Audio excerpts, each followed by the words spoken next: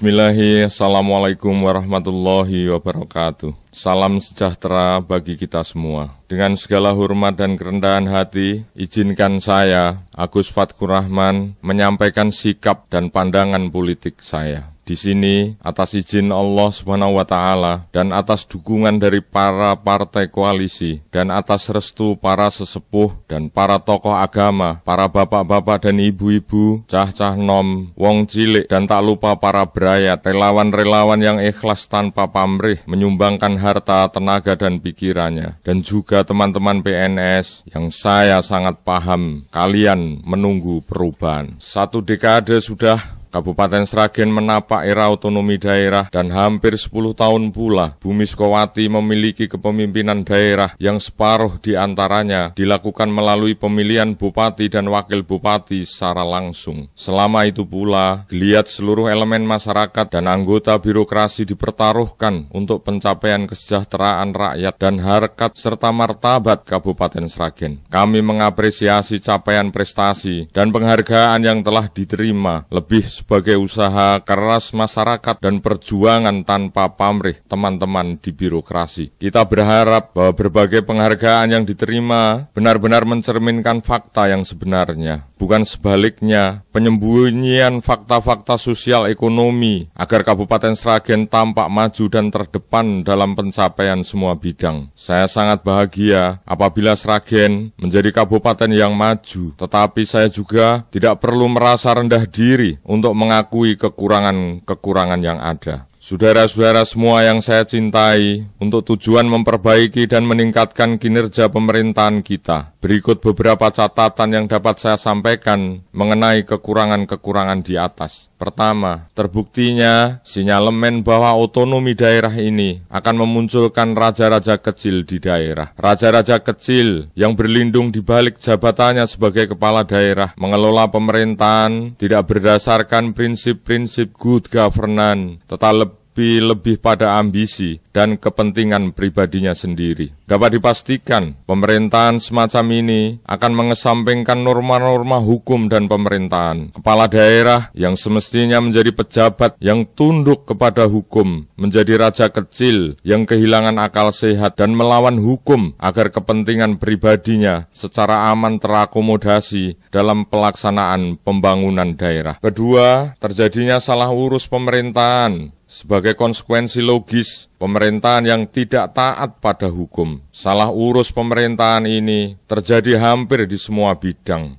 Mulai dari ranconya pengejawantahan wirausaha birokrasi yang mengakibatkan pemerintah daerah mempunyai perusda-perusda yang semestinya itu menjadi hak dan dapat dikelola oleh swasta dan masyarakat, sampai pada mengguritanya perusahaan pribadi dan keluarga yang menguasai hajat hidup orang banyak yang pelaksanaannya dapat dipastikan dimulai dari proses yang tidak jujur dan fair. Mismanagement juga terjadi di tataran pengelolaan birokrasi. Keberadaan PNS dengan berbagai latar belakang disiplin ilmu mestinya dikelola sebagai aset pembangunan yang berharga dan mesti diberdayakan secara layak dan dihormati hak-haknya. Hal ini dapat dimulai dari proses rekrutmen CPNS yang fair dan transparan, yang jauh dari praktek jual beli dan politik balas budi, sampai pada penataan jabatan struktural birokrasi yang harus sesuai dengan DUK atau PDLT dan menghindari praktek jual beli jabatan atau lebih mengutamakan teman, keluarga, dan sanak familinya. Saudara-saudara semua yang saya cintai, pada tanggal 19 Maret 2011 nanti, kita akan memilih bupati dan wakil bupati yang baru. Kita akan memilih pemimpin daerah yang kepadanya kita tumpukan kepercayaan dan harapan kita untuk Sragen yang lebih baik. Saudaraku semua, Sragen yang lebih baik tidak hanya bermakna kecukupan materi, sandang pangan melimpah, gedung, atau monumen yang menjulang megah, atau kumpulan piagam dan penghargaan demi mengejar kepopuleran semata. Tetapi Sragen yang lebih baik adalah juga bermakna kejujuran, rendah hati, adil terhadap sesama, dan mau mendengarkan keluh kesah rakyatnya. Oleh karena itu, saudaraku semua, saya bersama Saudara Daryanto mengajak seluruh warga masyarakat Kabupaten Sragen untuk tidak sekedar memilih dan mencoblos kartu suara. Lebih dari itu, kami mengajak saudaraku semua untuk membuat bupati, gawe bupati dan wakil bupati yang jujur terhadap rakyat dan PNS-nya, gawe bupati dan wakil bupati yang adil terhadap semua golongan masyarakat serta menghargai keberagaman yang ada, dan gawe bupati, wakil bupati yang mampu memakmurkan perekonomian, memajukan pendidikan, meningkatkan taraf kesehatan, dan mempertinggi kebudayaan masyarakat. Saudara-saudara semua yang saya cintai, kita wujudkan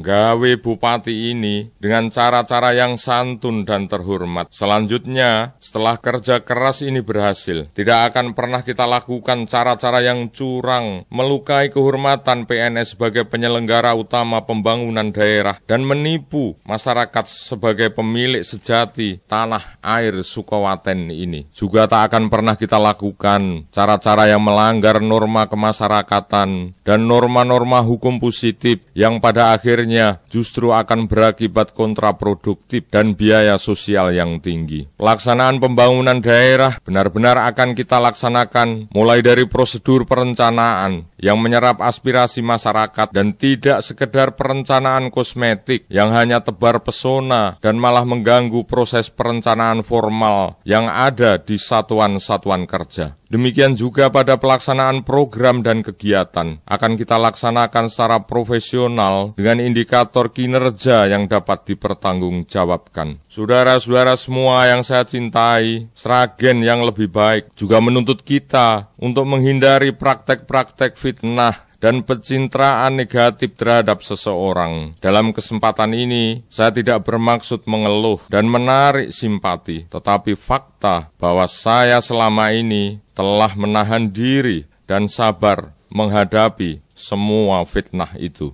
Sebagai wakil bupati, saya selalu difitnah tidak masuk kantor. Banyak wacana dan teori yang secara ideal membagi tugas dan kewenangan bupati dan wakil bupati. Tetapi pada tataran real, semuanya menjadi tergantung pada niat baik atau goodwill bupati dalam membagi pekerjaan dan kewenangan kepada wakil bupatinya. Di beberapa tempat, bupati yang baik bisa berbagi, tetapi di banyak tempat perilaku primitif kekuasaan, the winners take Allah yang diterapkan. Itulah sesungguhnya problem substantif Sragen. Tugas saya pasca pelantikan hanyalah 6 hal sisa pekerjaan yang masih diberikan bupati, yaitu tanda tangan izin belajar, pemakaian gelar, kenaikan gaji berkala, kenaikan pangkat, tanda tangan laporan hasil pemeriksaan inspektorat dan rilis pengadilan negeri Sragen, serta acara-acara seremonial yang sungguh-sungguh sudah saya tunaikan dengan baik. Itu semua pekerjaan